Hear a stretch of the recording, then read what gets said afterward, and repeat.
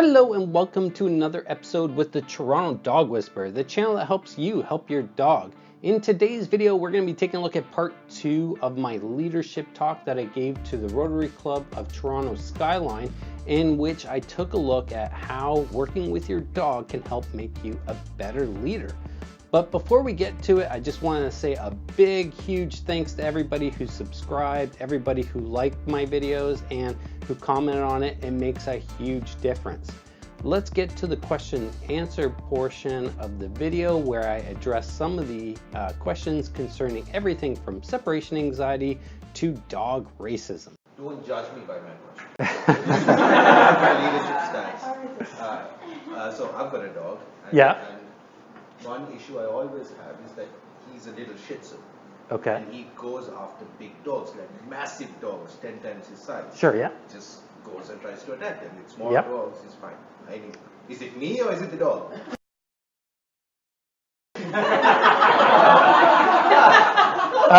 It's you. So the individual in that video clip, and you can watch the whole thing. There's a series of like 3 or 4 videos with that particular person. Because she was nervous and she was afraid, her dog was nervous and her dog was afraid. Now, the end of that video clip was 30 minutes after I started working with her, and the biggest difference between the two was that she calmed down and I was able to relieve her anxiety. And she was able to walk her and her dog and my dog, who that dog was going after. So if you're nervous about something, what your dog is going to understand is, okay, he's nervous about something, I better step in. If you're not providing leadership to your dog will take over. It's just, in the absence of, so has anybody ever been in a room where you're just like, okay, we need to do something? Somebody has to step up and say, okay guys, we need to do X, Y, and Z. Here's what we're gonna do. You do this, you do that, so on and so forth. Somebody has to fill the leadership void. You can't just, get stuff done by committee all the time. So with a dog, they also understand that if they're provided with leadership, they're going to follow you. If there's an absence of leadership, they're going to take that leadership position, and that's usually where you get into problems. Dogs also don't understand size. No. So they don't get that their 100-pound adversary could kill them. They don't understand that. You do because you think rationally. Well, sometimes. Yeah, go ahead. But I find in some people's experience, they overcompensate and then they come across as arrogant or Yes. they're right all the time. How do you find that balance? So true leadership isn't about bravado. A dog is the same way. So a dog's not going to follow somebody who's loud and shouty and the rest of it. They're going to follow somebody who's calm. So if somebody's overcompensating, you kind of know intuitively. So how do you combat that? Well, you have to kind of be genuine. And that's what dogs provide. They only will follow the genuine leadership that you provide. Any kind of bravado or like a front that you're putting on, they're going to see through it like immediately, like instantaneously. So a lot of people get upset when they hand me their dog and then their dog completely changes their behavior.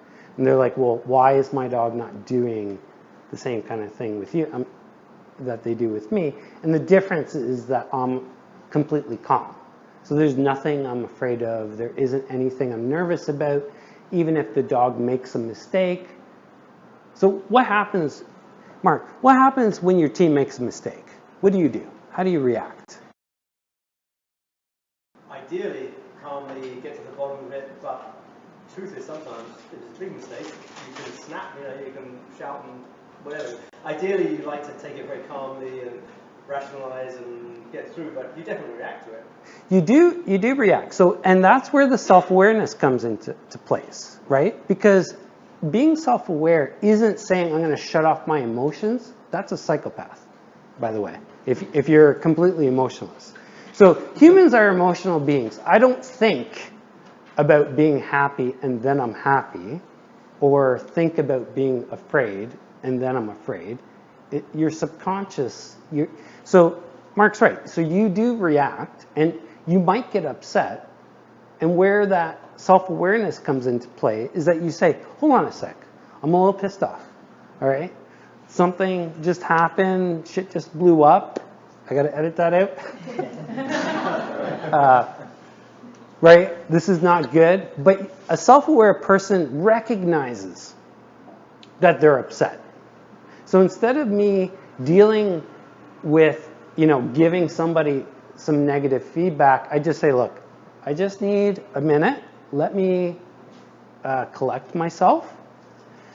You go away, you calm down, you do whatever it is. Some people meditate, some people do physical activity, whatever it is to calm down. Then you deal with that situation. You don't ever, say to yourself, okay, I'm just going to scream at somebody and then that's going to fix the problem. Your dog's the same way. They're not, if anything, it's going to make it worse. So that's where the bravado is just, it's not going to be effective in terms, people don't trust it. In the video you showed there, the first part of the video with the dog's going crazy at the other dog. Yeah. What do you think is going through the dog's mind at that time? Is it protecting the owner? Is it just want to No. fight for the sake of it? What's it doing? It's fear. So that particular dog and quite a few dogs that display aggressive behavior, it's fear. So they're afraid of whatever, and they perceive other dogs or people on bikes or kids or whatever it is as a possible threat. So if they're afraid, one of the symptoms of fear is aggression with dogs, and it's quite dangerous. That particular dog bit me about 5 or 6 times in the previous video, which you can see if you really want. The other part of it is there's a lack of leadership. So if you noticed, I don't know if you want to watch it again, but the owner was behind the dog and was just holding on. So the owner was non-existent. There was no leadership there. There you go. You can see how far in front her dog, and she's just holding on. She's an anchor, right? And now if you go to the second part, notice where the owner is relative to her dog. Right beside her. So they're together. The dogs are following her, and because she's calm and she's happy, the dogs are calm and the dogs are happy. So aggression can come from a number of different things. So aggression is a symptom, it's not a problem. There's something that's wrong that's causing the dog to become aggressive, but fear is by far the most common cause of aggression. What about those dogs that have separation anxiety and bark all day when the owner's gone? Well, What is that? anxiety, yeah. So how does the owner cause that when they're not there? Okay, it's a complicated question. So there's a lot of reasons why, but basically a lot of people, when they say goodbye, they'll get their dog really excited and then they'll leave. So the dog doesn't understand why. Why are you getting me excited and then you're leaving? So they're nervous people, or there's a lot of different reasons for separation anxiety. Another reason is just the dog disagrees with the humans leaving. So if a dog, and I know it sounds silly, right? But here's the thing. So dogs are very leadership driven. They only have 2 options. They're either provided the leadership that they need, or they are forced to take the leadership position, but they don't want to. So when a dog is in a leadership position, they make irrational decisions, such as barking when you leave, because they're disagreeing with you. I have like whole videos on it. Yeah, no. It's okay. It's a very common problem, but Yeah, there's dogs in my building that are. Bark all day. Yeah, the most common problem in terms of separation anxiety is people get their dog excited. Okay, buddy, I'll see you. Like you have a good day. I love you. And then they leave, right? So the dog gets excited, and then the person leaves, and they don't understand why. What's going on? What happened, right? So the thing is, like, you always want to be as calm as possible, and then, you know, your dogs are going to reflect that about you. So any dog that you see on the street, this is going to be an interesting exercise for you guys. So you're going to be able to tell a lot about that person based on their dog. So if a dog is chill and happy and they're walking beside their owner, it's probably a good indication that that particular individual is pretty chill and happy at that particular moment. If you see somebody who's tense and anxious, and they're going to have a dog that's tense and anxious. If a dog is way out in front, that means they're in the leadership position. You know, there's a lot of things that you can read from dogs and the people and tell about. Just one more question. Go ahead. Do you think there are differences in behaviors from dog breed to dog breed? No. So, how do I put this kindly? So, thinking about breeds is kind of like thinking about somebody's race. So, if I were to say, oh, this particular race does this kind of thing because of their race, then it's not the right way to look at it. So dogs, regardless of their packaging, they're all the same inside, just like human beings. So we all look very different from each other. Some people are taller, shorter, whatever. Dogs are the exact same way.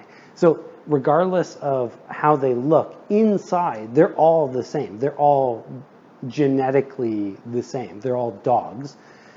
Some dogs are purebred and they're specialists at something. So they're bred to do something specific. And in those particular cases, there might be some behavioral problems because that part of them is not fulfilled.